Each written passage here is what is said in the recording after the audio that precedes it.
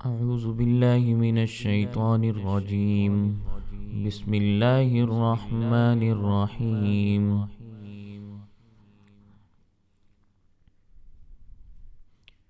يسألونك عن الخمر والميسر قل فيهما إثم كبير ومنافع للناس وإثمهما أكبر من نفعهما ويسألونك ماذا ينفقون قل العفو كذلك يبين الله لكم الآيات لعلكم تتفكرون في الدنيا والآخرة ويسألونك عن اليتامى قل إصلاح لهم خير وإن تخالطوهم فإخوانكم والله يعلم المفسد من المصلح ولو شاء الله لأعنتكم إن الله عزيز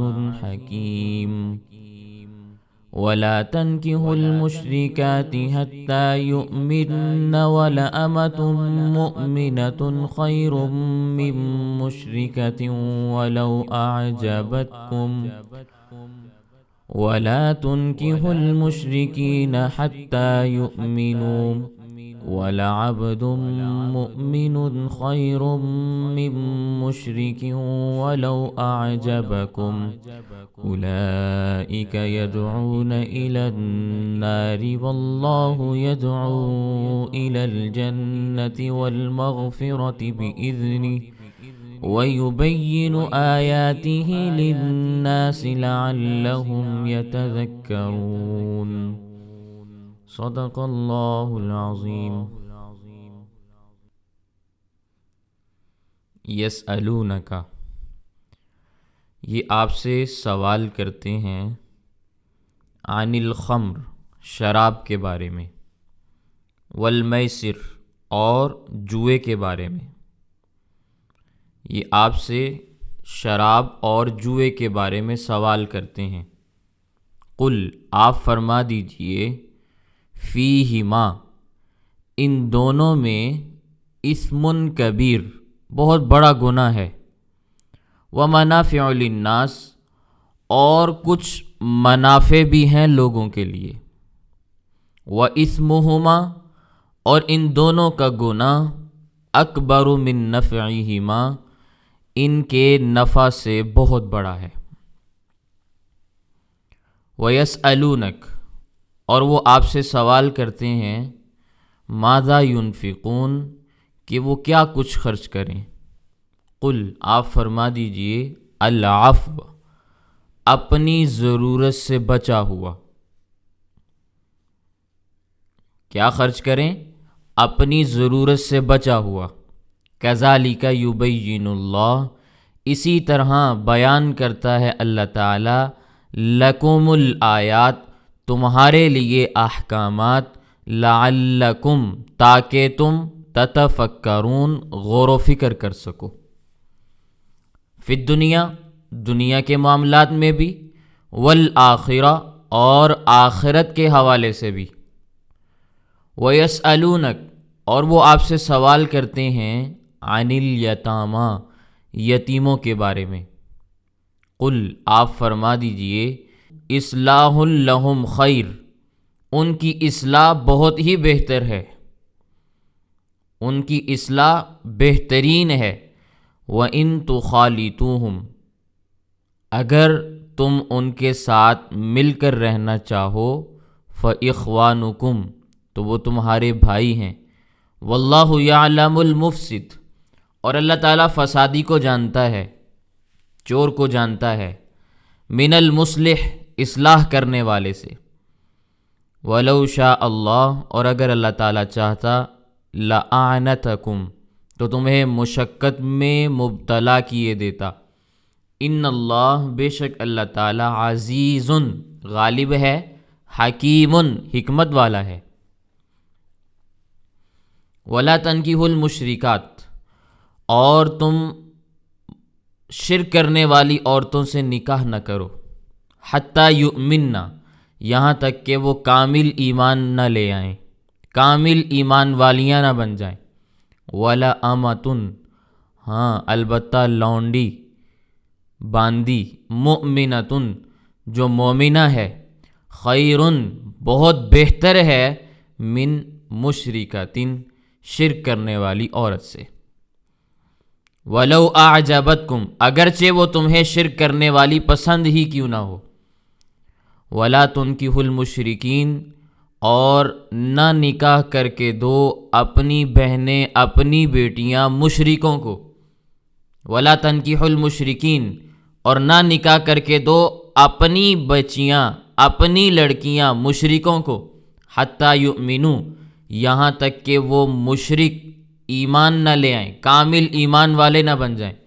ولا عبد مؤمن، اور مومن غلام، خیرن بہت بہتر ہے، من مشرکن مشرک آدمی سے۔ ولو اعجبکم، اگرچہ وہ تمہیں شرک میں مبتلا شخص خوبصورت ہی کیوں نہ لگے، اچھا ہی کیوں نہ لگے۔ اولئک یدعون الی النار، یہ سارے لوگ آپ کو آگ کی طرف بلاتے ہیں۔ واللہ یدعو، اور اللہ تعالیٰ دعوت دیتا ہے، بلاتا ہے، الی الجنہ جنت کی طرف، والمغفرہ بخشش کی طرف، باذنہ اپنے حکم سے، اپنے ارادے سے۔ ویبین آیاتہ، اور اللہ تعالیٰ اپنی آیات کو بیان کرتا ہے، واضح انداز میں لوگوں کے سامنے ان کو لاتا ہے، للناس لوگوں کے لیے، لعلہم یتذکرون تاکہ لوگ نصیحت حاصل کر لیں۔ اور اللہ تعالیٰ اپنی آیات کو لوگوں کے سامنے بیان کرتا ہے تاکہ لوگ نصیحت حاصل کر سکیں۔ یہ ان آیات کا ترجمہ ہے جو میں نے آپ کے سامنے تلاوت کی۔ صحابہ کرام کو مسائل اور اشکالات پیش آتے رہتے تھے، آپس میں بحث و مباحثہ بھی ہوتا، گفتگو بھی کرتے۔ پھر ایک دن سب نے مل کے سوچا کہ آپس میں بحث و مباحثہ، بحث و تمہیز کرنے کا فائدہ کوئی نہیں، نبی کریم صلی اللہ علیہ وسلم کی ذات گرامی موجود ہیں، تو کیوں نہ نبی کریم صلی اللہ علیہ وسلم کے سامنے جا کر اپنا مسئلہ رکھیں، جو بات وہ فرمائیں ہم اس کو قبول کر لیں۔ بہت اچھا خیال آیا، نبی کریم صلی اللہ علیہ وسلم کی خدمت میں حاضر ہوئے، فرمانے لگے، حضرت ایک مسئلہ ہے کہ یہ جو شراب ہے یہ درست ہے یا نہیں، کیونکہ اس وقت تک شراب حرام نہیں ہوئی تھی، جوا بھی حرام نہیں ہوا تھا، تو بحث یہ ہوئی کہ یہ بری چیزیں ہیں یا اچھی چیزیں ہیں، ان کی اشاعت اور ترویج کرنی چاہیے یا ان کو بند کر دینا چاہیے۔ چنانچہ اللہ تعالیٰ فرماتے ہیں، یسألونک، یہ آپ کے سامنے سوال لے کر حاضر ہوئے، یہ آپ سے سوال کرتے ہیں، عن الخمر شراب کے بارے میں، والمیسر جوئے کے بارے میں، قل آپ انہیں کہہ دیجئے، فیہما اثم کبیر، ان دونوں کاموں میں بہت بڑا گناہ ہے، ومنافع للناس، لوگوں کے لیے تھوڑے سے فائدے بھی ہیں، گناہ بڑا ہے، تھوڑے تھوڑے فائدے بھی ہیں۔ فائدے یہ ہیں کہ مثال کے طور پر شراب پینے کے بعد انسان کو خوشی محسوس ہوتی ہے، اگرچہ کچھ دیر کے لیے ہی کیوں نہ ہو، بعض بیماریوں کا علاج بھی ہوتا ہے۔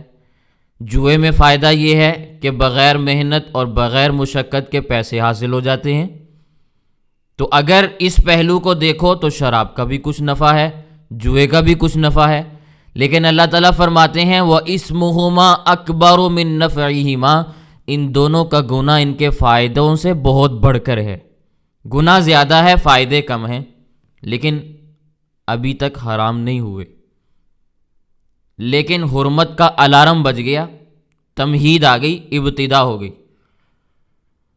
اسی کے بارے میں دوسرا حکم 5ویں پارے میں آپ کے سامنے آئے گا، پھر تیسرا حکم 7ویں پارے میں آپ کے سامنے آئے گا، جہاں پر شراب اور جوئے کو مکمل طور پر حرام قرار دے دیا گیا۔ شیخ الرئیس ابن سینا جو یونانی حکما کا بابا ہے، اس نے کتاب لکھی ہے جو قانون طب کی بڑی مستند کتاب شمار ہوتی ہے میڈیکل کی ہسٹری کے اندر۔ اس میں انہوں نے ان چیزوں کے فوائد بیان کیے ہیں۔ مثلاً میں مثال عرض کرتا ہوں، یہ جو چنے ہم کھاتے ہیں، آج کل سردیوں کا زمانہ ہے تو ہمارے ہاں یہ چیز کھائی جاتی ہے۔ اس کا فائدہ اس نے اپنے قانونچے میں یہ بیان کیا کہ وہ غذائیں جو پھیپھڑوں کو طاقت پہنچاتی ہیں، ان میں سب سے زیادہ طاقت پہنچانے والی چیز چنے ہیں۔ تمام غذاؤں میں سے پھیپھڑوں کو زیادہ قوت پہنچانے والی چیز چنے ہیں۔ اسی طرح اس نے دودھ کے فائدے بیان کیے، سریع الاستحالۃ الی الخلط العالی، کہ انسان کے بدن میں خلطیں ہوتی ہیں، خون کی، صفرا کی، سودا کی، بلغم کی، تو دودھ کی خاصیت یہ ہے کہ جو چیز غالب ہوتی ہے یہ فوراً اسی کے اندر منتقل ہو جاتا ہے۔ کسی کا بلغم کا مزاج ہے تو فوراً بلغم بن جائے گا، دموی مزاج ہے تو فوراً خون بن جائے گا، صفراوی مزاج ہے تو دودھ فوراً صفرا بن جاتا ہے، اگر سوداوی مزاج ہے تو دودھ فوراً سودا بن جاتا ہے۔ تو اس نے ہر چیز کو بڑے اچھے طریقے سے اپنی کتاب میں بیان کیا۔ تو شراب کے بارے میں بھی اس کے بہت سارے فوائد بیان کیے، 50 کے قریب شراب کے فوائد بیان کیے ابن سینا نے۔ ان کو پڑھ کے انسان کہتا ہے کہ بڑی مفید چیز ہے۔ پھر آگے اس نے نقصانات بھی بیان کیے، 150 کے قریب نقصانات لکھے اپنی کتاب میں، 50 فائدے لکھے، 150 نقصانات لکھے۔ یوں سمجھ لیں کہ چوتھا حصہ نفع ہے اور 3 حصے نقصان ہے۔ تو وہ کوئی نادان انسان ہی ہوگا نا کہ ایک نفع حاصل کر کے 3 نقصان برداشت کرے، اسے بے وقوفی کہیں گے نا۔ تو کچھ نفع بھی ہے لیکن نقصان غالب ہے۔ اسی طرح جوئے میں دوسرے کے خون کو چوسنے سے لڑائی تک نوبت چلی جاتی ہے، یہاں تک کہ بعض جوئے باز ایسے بھی ہوتے ہیں کہ وہ اپنی عورتیں تک ہار جاتے ہیں۔ پہلے زمانے میں باندیاں ہوتی تھیں، غلام ہوتے تھے، جتنے بھی اموال ہوتے تھے وہ اس میں ہار جاتے تھے، تو پھر وہ ساری چیزیں ان کو حوالے کرنی پڑتی تھی۔ ان کے گھر کی عورتیں کئی دنوں تک دوسروں کے پاس رہتی تھیں، تو اس میں بڑی خرابی ہے۔ تو ان آیات میں اللہ تعالیٰ نے خطرے کا الارم دیا۔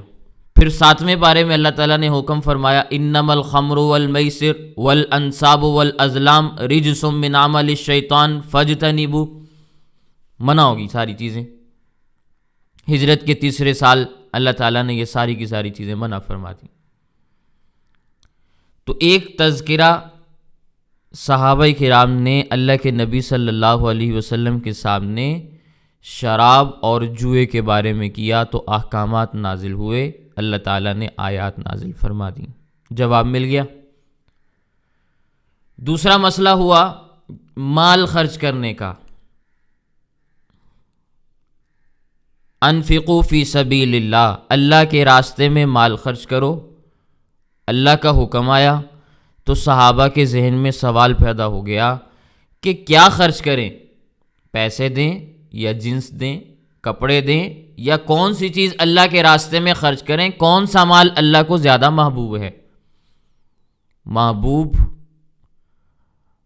اور محب ان کے درمیان تعلق اس قسم کا ہوتا ہے کہ یہ عاشق اور معشوق کی بات کو سمجھ سکتا ہے۔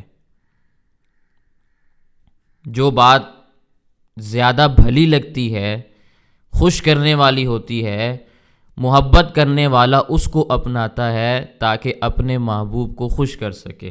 تو صحابہ کرام کا مزاج اپنے محبوب کو خوش کرنے والا تھا، بہت پیارا مزاج تھا۔ اللہ تعالیٰ یہ مزاج ہمیں بھی عطا فرمائے۔ تو سوال پیدا ہوا، وَيَسْأَلُونَكَ، یہ لوگ آپ سے سوال کرتے ہیں، صحابہ آپ کے سامنے سوال لے کر آئے ہیں، ماذا ينفقون، کہ وہ کیا خرچ کریں۔ قل، آپ فرما دیجئے، العفو، جو چیز تمہاری ضرورت سے زائد ہے اس میں سے خرچ کر دو۔ ضرورت کی چیز مثال کے طور پر ہر بندے کے کچھ نہ کچھ حقوق ہوتے ہیں نا، کچھ ذاتی حقوق ہوتے ہیں اور کچھ حقوق ایسے ہوتے ہیں جو دوسروں کے اس کے ذمے ہوتے ہیں۔ والدین کے حقوق ہوتے ہیں، اولاد کے حقوق ہوتے ہیں، بیوی کے حقوق ہوتے ہیں۔ تو سب کچھ ضرورت مندوں کو دے کر خود مشقت میں پڑ جانا یہ بھی اچھی بات نہیں، اور کچھ بھی نہ دینا یہ بھی اچھی بات نہیں۔ حدیث پاک کے اندر آتا ہے، ایک غریب آدمی آیا، پھٹے پرانے کپڑے پہنے ہوئے تھے، خستہ حالت تھی، آ کر عرض کیا میں بڑا محتاج ہوں۔ اللہ کے نبی صلی اللہ علیہ وسلم نے صحابہ کو توجہ دلائی کہ اس کی امداد کرو۔ ایک آدمی کے پاس سونے کا ٹکڑا تھا، اس نے وہ چندے میں اسے دے دیا، امداد ہو گئی۔ تھوڑا وقت گزرا تھا، ایک اور سائل آیا، اس کو پتہ نہیں تھا کہ مجھ سے پہلے بھی کسی نے سوال کیا ہے۔ اس حاجت مند نے بھی سوال کیا کہ حضرت محتاج ہوں، مانگنا نہیں چاہیے، اچھی بات نہیں ہے، لیکن مجبور ہوں، آپ کے پاس آیا ہوں۔ تو پہلا شخص جس کو سونے کا ٹکڑا ملا تھا وہ وہیں موجود تھا، اس نے وہ سونے کا ٹکڑا اس آدمی کو دے دیا۔ اب حدیث پاک کے اندر الفاظ موجود ہیں، اللہ کے نبی صلی اللہ علیہ وسلم نے زور سے ہاتھ مارا اور وہ ٹکڑا دور جا کے گرا۔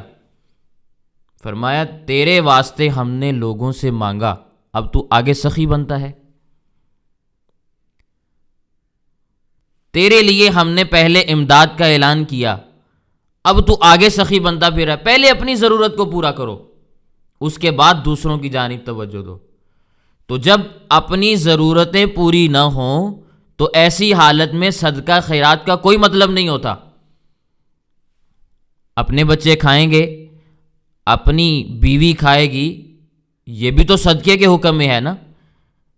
جب یہ لوگ کھائیں گے تو اس کو صدقے کا ہی ثواب ملے گا۔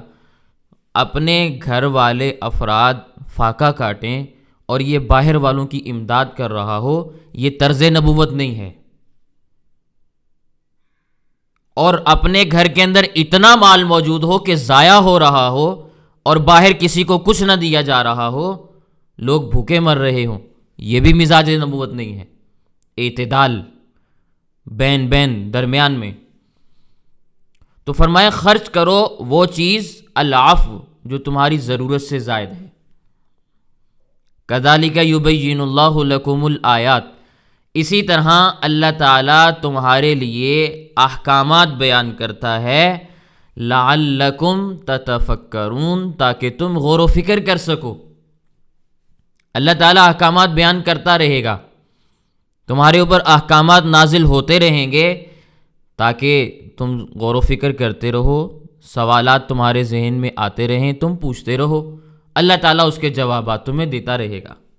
فی الدنیا والآخرہ، دنیا کے معاملات میں پوچھنا ہے تو دنیا کے معاملات میں پوچھ لو، آخرت کے حوالے سے کوئی سوال ہے تو آخرت کے بارے میں پوچھ لو۔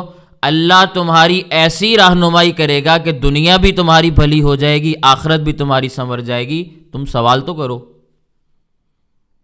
سوال کرنا تمہارا کام ہے، جواب دینا، رہنمائی کرنا اللہ کا کام ہے۔ اللہ تعالیٰ اپنے نبی کے واسطے اور ذریعے سے تمہاری رہنمائی کریں گے۔ اور پھر اللہ تعالیٰ نے دنیا کے معاملات میں بھی اور آخرت کے معاملات میں بھی ایسی رہنمائی فرمائی کہ دنیا بھی ان کی سنور گئی، آخرت بھی سنور گئی۔ اب ایک مسئلہ اور آ گیا، کسی کا چچا تایا وہ فوت ہو جائے، اس کی اولاد نابالغ ہے، تو اب یہ چچا زاد بھائی ہیں، شریعت نے پابند کیا ہے کہ ان بھائیوں کی نگرانی کرنی ہے، یا کسی کا بھائی فوت ہو گیا، اب اس کے بچے ہیں، تو اس سلسلے میں ان کے پاس بعض اوقات تھوڑا بہت مال بھی ہوتا تھا، یتیموں کا مال جس کو کہا جاتا ہے۔ تو اللہ تعالیٰ کی طرف سے حکم تھا کہ تمہارے گھر میں جو عزیز رشتہ دار یتیم ہیں، ان کے مال میں سے ان کی روٹی سالن علیحدہ پکاؤ، اپنا کھانا الگ بناؤ، ان کا الگ بناؤ، اپنا الگ بناؤ۔ عورتوں کو اس سلسلے میں اشکال پیدا ہوا، پریشانی آئی، کیونکہ ایک گھر میں ایک دو دن نہیں، مسلسل ان کا آٹا گوندنا، اپنا آٹا گوندنا، ان کی روٹی بنانا، اپنی روٹی بنانا، ان کا الگ سب کچھ کرنا، اپنا الگ کرنا، ان کی ہانڈی الگ تیار کرنی، اپنی الگ تیار کرنی۔ اب یہ چھوٹا مسئلہ تو نہیں ہے، خواتین سمجھتی ہیں اس بات کو، کوئی آسان بات بھی نہیں ہے۔ پھر گھر میں بچے بھی ہیں، ان کو بھی تمیز نہیں کہ یہ روٹی کس کی ہے، یہ سالن کس کا ہے۔ بچے چھوٹے ہوتے ہیں نا، بسا اوقات وہ شرارت کرتے ہوئے کسی کی چیز کھا جاتے ہیں، اور بسا اوقات ان کو پتہ نہیں ہوتا، وہ ایسے کھا جاتے ہیں۔ تو عورتیں باوجود اس کے کہ یتیموں کا سالن روٹی سنبھال کے رکھ دیتی، پھر بھی اپنے بچے ان کے جو ہوتے وہ ان کی روٹیاں کھا جاتے۔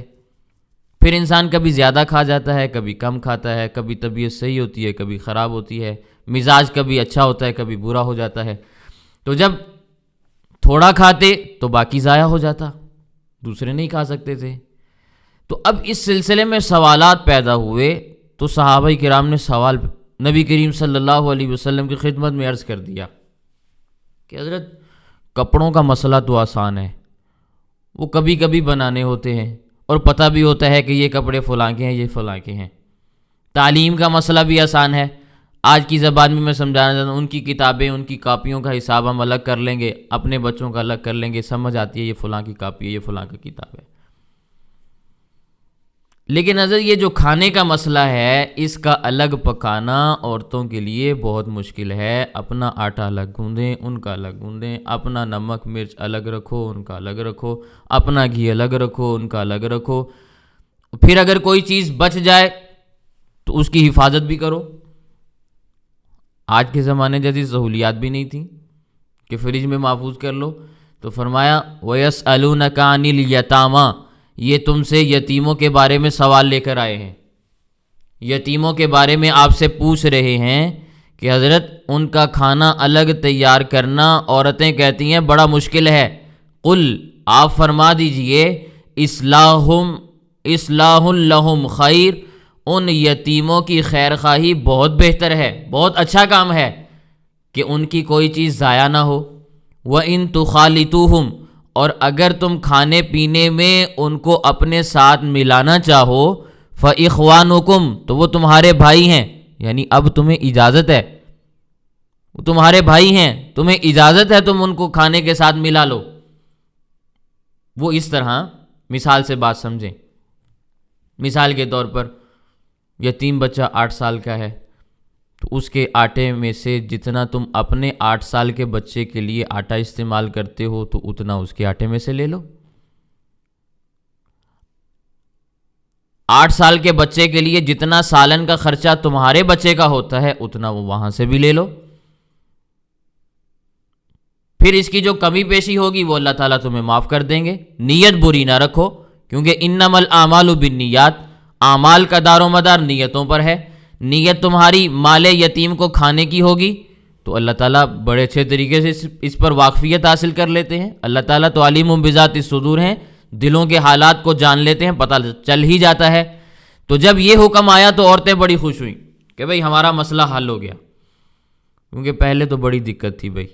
اللہ تعالیٰ نے فرمایا یاد رکھو، اللہ یعلم المفسد من المصلح، اللہ تعالیٰ تم میں سے فساد کرنے والوں کو بھی اور اصلاح کرنے والوں کو بھی بڑے اچھے طریقے سے جانتا ہے۔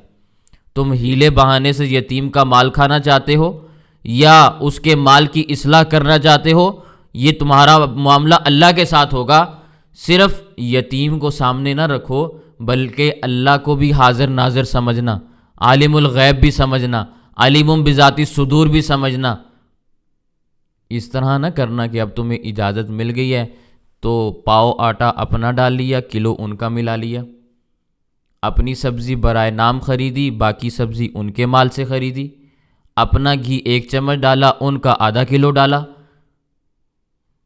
سمجھ آ رہی ہے؟ وَلَوْ شَاءَ اللَّهُ، اگر اللہ تعالیٰ چاہتا، لَأَعْنَتَكُمْ، تو تمہیں اسی مشقت میں مبتلا کیے رکھتا، پہلے والا حکم تمہارے اوپر برقرار رہتا۔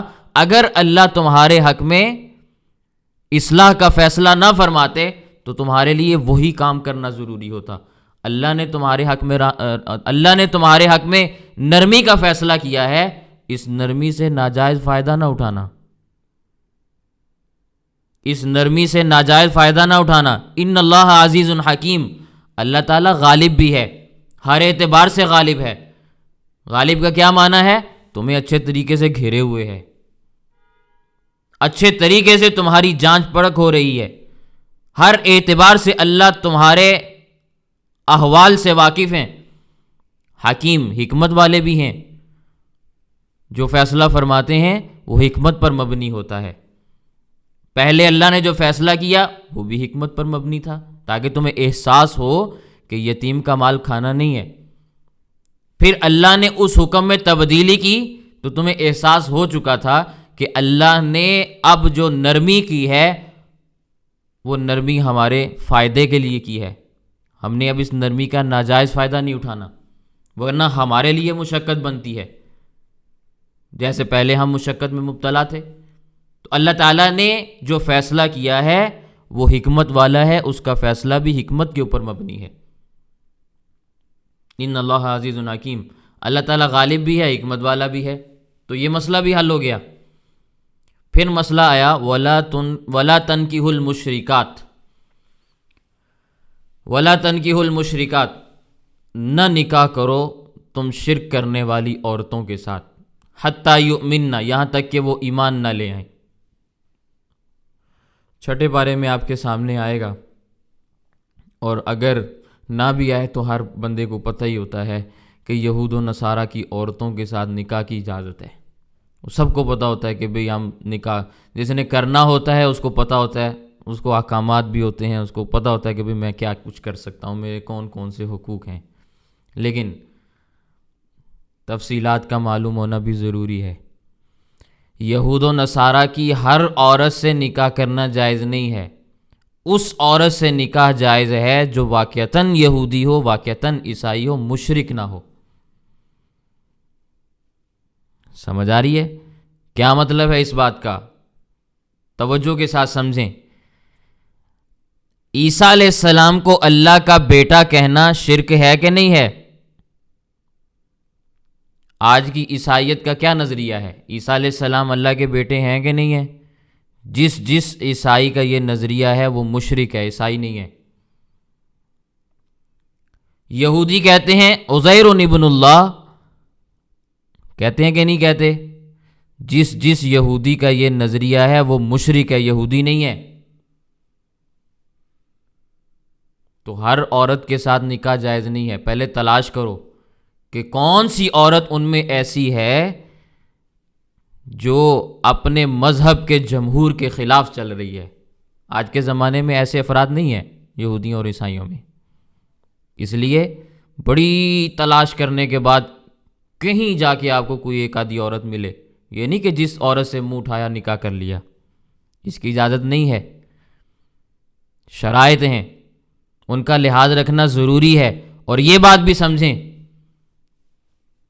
یہ جو آج ٹرینڈ چلا ہوا ہے دیگر مذاہب کے افراد کے ساتھ شادیوں کا، پسندیدہ نہیں ہے، اجازت ہے، پسندیدہ نہیں ہے، اور صرف اہل کتاب سے نکاح کی اجازت ہے، مشرکوں سے نکاح کی اجازت نہیں ہے، اہل کتاب سے۔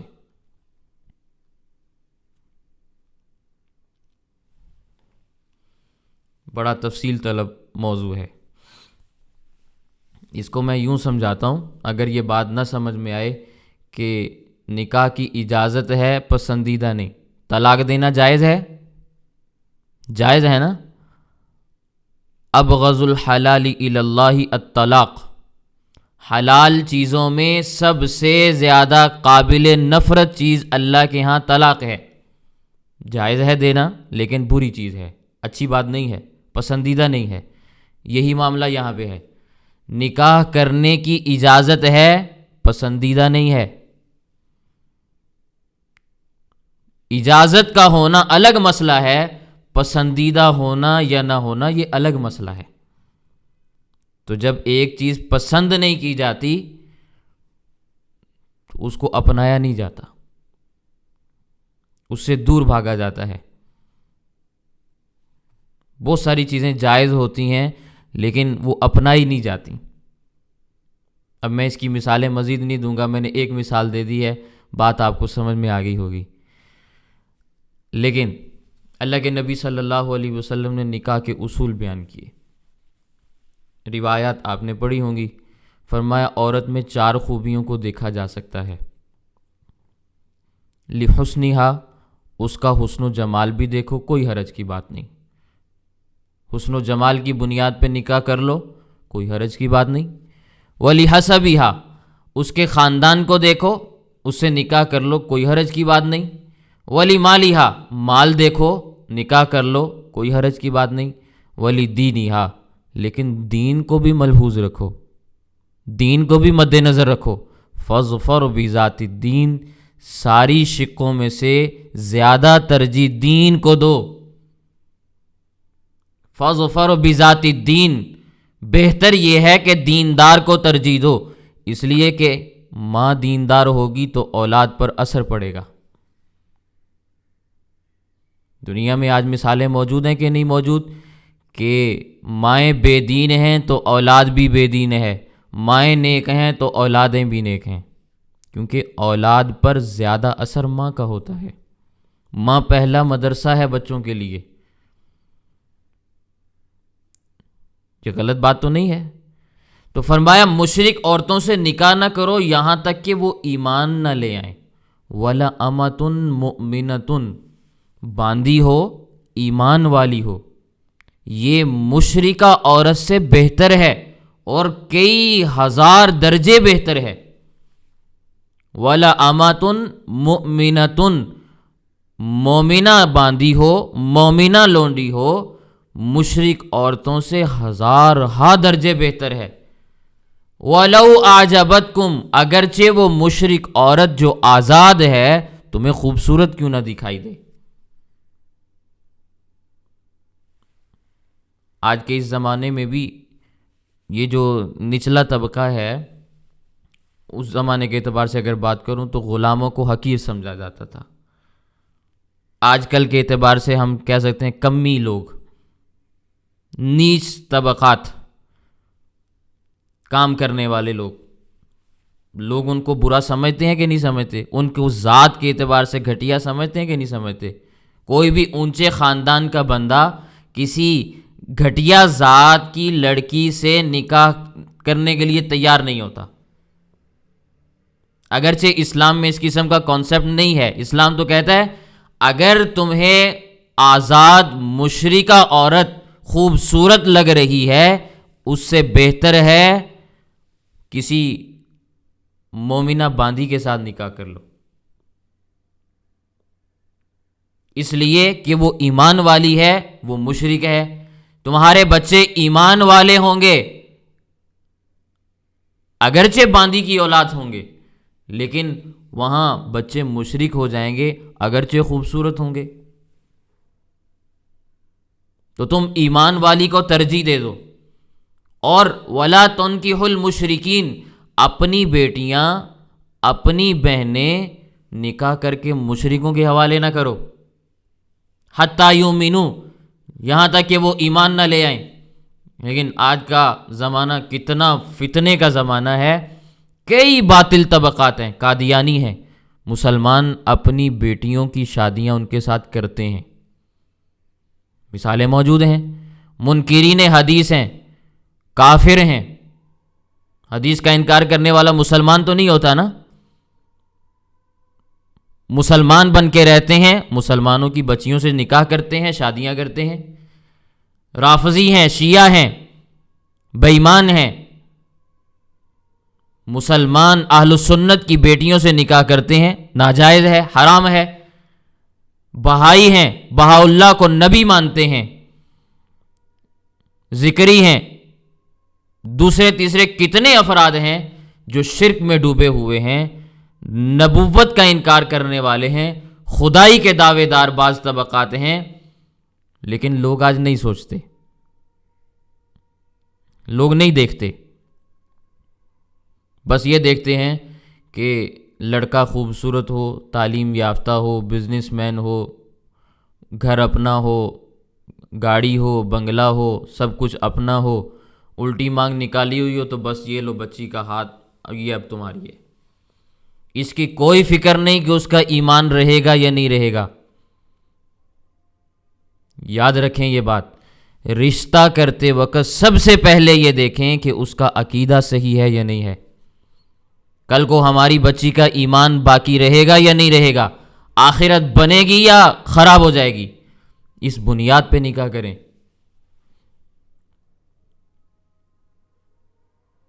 اس بنیاد پہ شادیاں کریں، وگرنہ جن گھرانوں کے اندر اس چیز کو نہیں سمجھا گیا، آج ان گھرانوں کے حالات دیکھیں۔ میں مثالیں نہیں دوں گا، لیکن یہ ابھی حال ہی میں جو واقعہ پیش آیا ہندوستان کے اندر، کتنا بڑا سپر سٹار ہے، دنیا سٹار سمجھتی ہے، میں نہیں سمجھتا، لیکن دنیا کہتی ہے، اس لیے میں نے جملہ بولا۔ اس نے اپنی بچی کا نکاح کس کے ساتھ کیا؟ مشرک کے ساتھ۔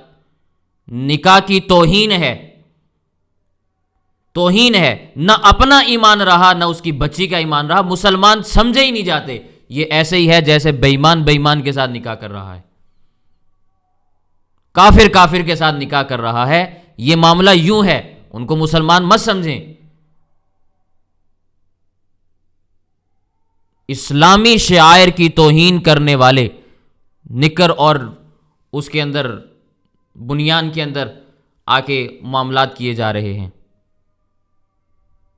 شرم آنی چاہیے تھی امت کو۔ اور پھر دنیا کی ترجیحات دیکھیں، ترجیحات دیکھیں، شکل خوبصورت ہو تو بندہ کوئی بات بھی کرتا ہے، ظاہری اعتبار سے بندہ دیکھے، حال جال کو دیکھ لے، طور طریقے دیکھ لے، چلو پھر بھی بات سمجھ میں آتی ہے کہ ہم نے ظاہری وضاقتہ کو دیکھا ہے، ظاہری وضاقتہ۔ ایسے افراد ہوتے ہیں کہ ان کی طرف اگر دیکھیں تو آ جائے، الٹی آ جائے انہیں دیکھ کر، اس قسم کے افراد ہوتے ہیں، اور ان کے ساتھ نکاح کے معاملات ہو رہے ہوتے ہیں۔ کس بنیاد پہ؟ مال بہت ہے، سٹار ہے۔ بہت غلط بات ہے۔ یہ معاملات آج یہاں تک اس لیے پہنچے ہیں کہ ان کی مائیں درست نہیں ہیں۔ ان کی ماں ایمان والی ہوتی، ماں صحیح ہوتی تو یہاں تک معاملات نہ پہنچتے۔ اور اگر میں اس سے اگلی بات عرض کروں کہ ان کے سلسلہ نسب کیا ہیں، تو آپ حیران ہو جائیں گے کہ آباء و اجداد ان کے کیا تھے اور آج یہ لوگ کیا ہیں۔ ان کے آباء و اجداد ایسے ہیں جو مسلمانوں کے راہبر اور رہنما تھے، آج بھی ان کے نام عزت اور احترام سے لیے جاتے ہیں، ان کی اولادیں ہیں۔ یہ یوں بگڑتی ہیں اولادیں جب مائیں ٹھیک نہ ہوں، سب کچھ تباہ ہو جاتا ہے۔ اور یہ صرف اس ملک کی صورتحال نہیں ہے، ہماری بھی ہے۔ ہمارے اس ملک کے اندر جو ایلیٹ کلاس کا طبقہ ہے، ان کے گھروں کے اندر جو عورتیں موجود ہیں، ان کے جن عورتوں کے ساتھ تعلقات ہیں یا جن عورتوں سے ان کی اولادیں ہیں، وہ اس قسم کی نسل ہے کہ ان کے ہاں دین ایمان کی کوئی وقت، کوئی ویلیو، کوئی اوقات نہیں ہے۔ اور یہ آہستہ آہستہ چیز معاشرے کے اندر پھیلتی چلی جا رہی ہے۔ اس لیے دین کے معاملات میں نکاح کو ترجیح دیں، دین دیکھتے ہوئے لڑکی دیں، دین دیکھتے ہوئے لڑکی لیں، بس اسی میں عافیت اور بھلائی ہے۔ میں ایک واقعہ عرض کر دیتا ہوں۔ حضرت سیدنا ابو الدرداء رضی اللہ تعالیٰ عنہ صحابی رسول ہیں، مزاج کے اعتبار سے باقی سارے صحابہ سے مختلف ہیں۔ حضرت ابو الدرداء رضی اللہ تعالیٰ عنہ بہت مختلف صحابی ہیں۔ اللہ تعالیٰ نے توفیق عطا فرمائی، ان کی قبر پر حاضری کی، اللہ تعالیٰ ان کی قبر پر کروڑوں رحمتیں نازل فرمائے۔ بچی جوان ہو گئی، عزیز رشتہ داروں نے ایک لڑکا تلاش کیا، خوبصورت تھا، تعلیم یافتہ تھا، اس زمانے کے اعتبار سے اچھے گھر کا تھا۔ آ کر حضرت ابو الدرداء رضی اللہ تعالیٰ عنہ کو بتایا گیا کہ حضرت ہم نے آپ کی بیٹی کے لیے رشتہ تلاش کیا ہے اور وہ فلاں آدمی ہے۔ حضرت ابو الدرداء رضی اللہ تعالیٰ نے فرمایا میں نے وہاں رشتہ نہیں کرنا۔ انہوں نے کہا کیوں بھائی؟ حضرت لڑکے میں کوئی عیب ہے؟ کہنے لگے نہیں۔ بے دین ہے؟ فرمانے لگے نہیں۔ مال نہیں ہے اس کے پاس؟ کہنے لگے نہیں، وہ بھی ہے، گھر بھی ہے، ساری ضرورتیں بھی پوری کریں گے۔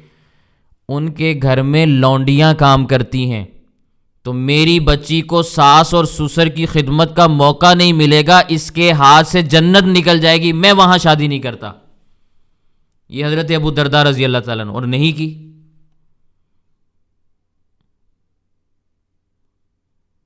آج کی عورتیں ہوتی تو وہ کیا کہتی ہیں؟ بھئی ہمارے سر پر مصیبت نازل ہو گئی ہے، ہمیں تو ٹرے میں لا کر کھانا دو، ہم وہ کھائیں گے۔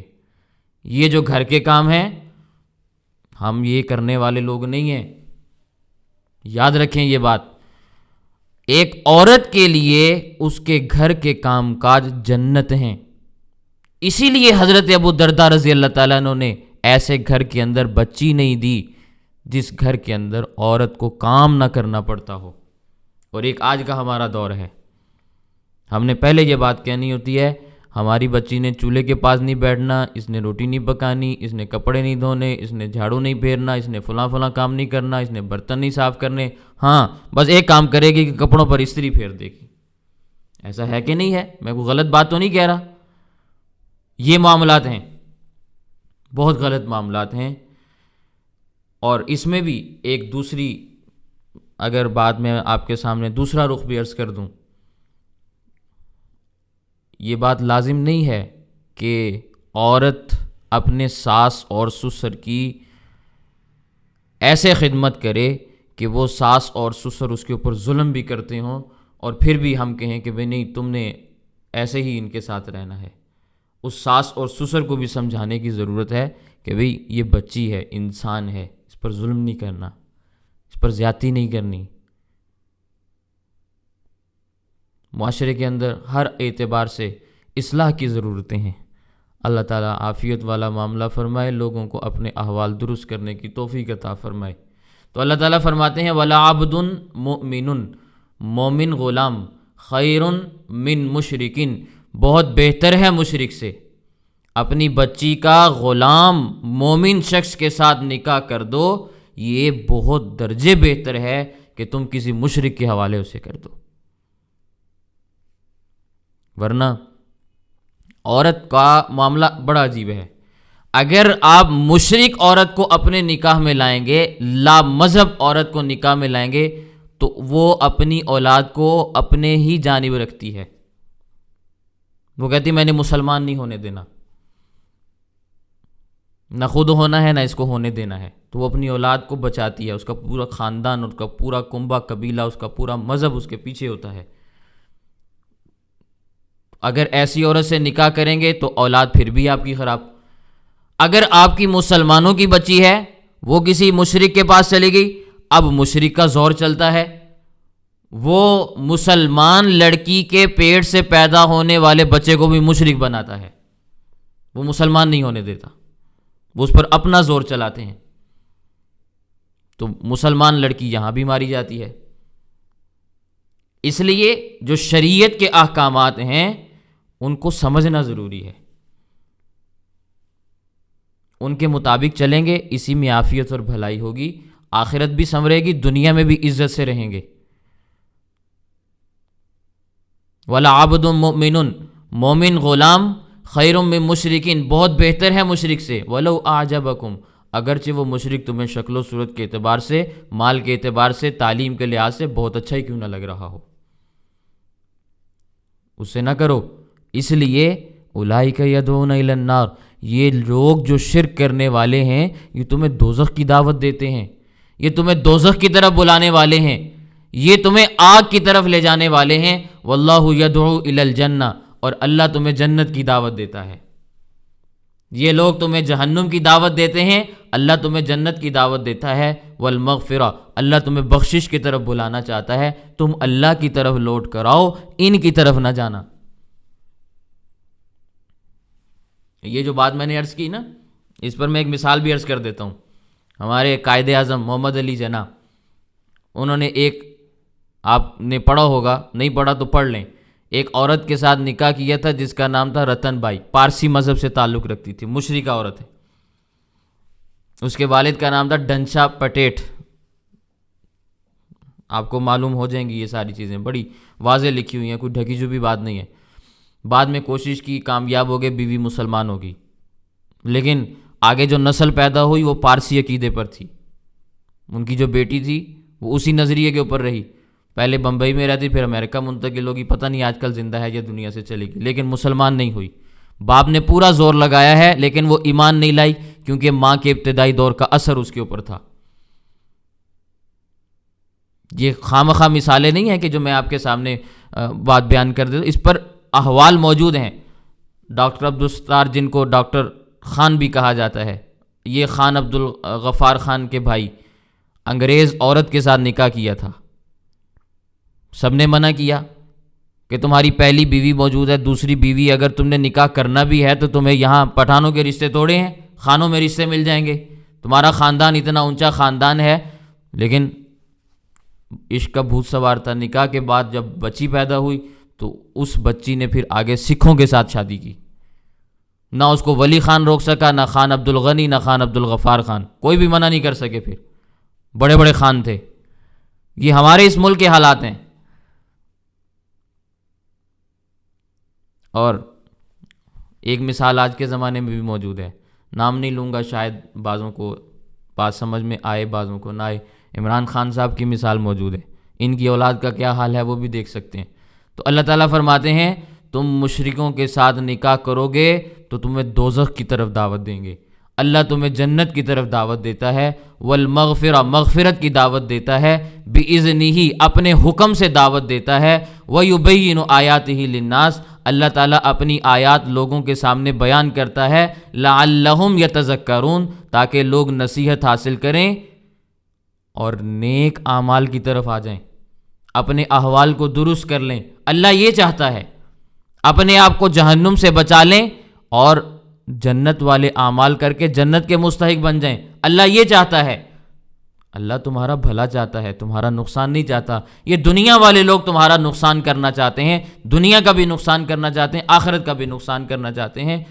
اللہ تعالیٰ تمہارے ساتھ یہ معاملہ نہیں کرنا چاہتے۔ اللہ تم سے محبت کرتے ہیں، تم سے پیار کرتے ہیں، اللہ نے تمہیں وجود دیا ہے، اللہ نے تمہیں زندگی دی ہے، اللہ نے تمہیں زندگی گزارنے کے اسباب دیے ہیں، اللہ نے تمہیں اولاد دی ہے، اللہ نے ساری چیزیں دی ہیں۔ اللہ تعالیٰ کہتے ہیں کہ میرے بن کر رہو، تم سے پیار کروں گا، محبت کروں گا، دنیا میں بھی بہترین مقام دوں گا، آخرت میں بھی اونچا مقام دوں گا۔ اس لیے اللہ تعالیٰ کھول کھول کر تمہارے سامنے باتیں بیان کر رہے ہیں، لعلہم یتذکرون، تاکہ تم نصیحت حاصل کر لو، بات کو اچھے طریقے سے سمجھ جاؤ۔ تو اب ہمیں کیا کرنا ہے؟ ہم نے اس نصیحت کو حاصل کرنا ہے۔ اللہ تعالیٰ ہمیں نصیحت حاصل کرنے والوں میں سے بنا دے، ٹھیک ہے؟ اللہ تعالیٰ ہمیں اپنی فکر کرنے کی، اپنی اولاد کی فکر کرنے کی، نگرانی کرنے کی، ان کے ایمان اور عمل کی اصلاح کرنے کی توفیق عطا فرمائے۔ وآخر دعوانا ان الحمد للہ رب العالمین۔ یہ آج کچھ سبق تھا جو میں نے آپ کے سامنے عرض کر دیا۔ البتہ آیات کا ترجمہ دوبارہ عرض کر دیتا ہوں، اسے ایک دفعہ دوبارہ دیکھ لیں، پھر انشاءاللہ کسی کا کچھ سوال ہوگا تو میں اس کا جواب عرض کر دوں گا۔